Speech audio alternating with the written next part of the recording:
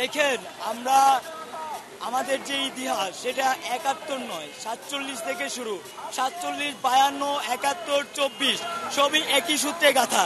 কারণ আমরা আমাদের পূর্ববর্তী পুরুষদের দেখেছি বা আমরা ইতিহাস জেনেছি শুধুমাত্র এই দেশের মানুষের শান্তির জন্য, এই দেশের সার্বভৌমত্বের জন্য, মানুষের মুক্তির জন্য এই ৭১ থেকে ২৪-এর যাত্রা।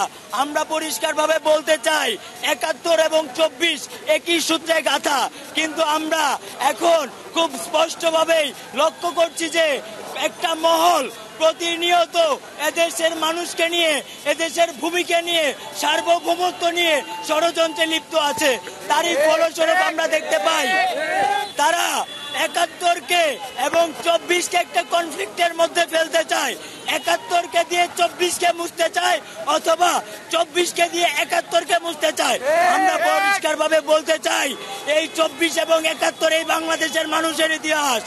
এই ইতিহাস কখনো কোনোভাবে যদি বিকৃত করার চেষ্টা করা হয় তাহলে বাংলাদেশের মানুষ তাদেরকে শক্ত হাতে দমন করবে।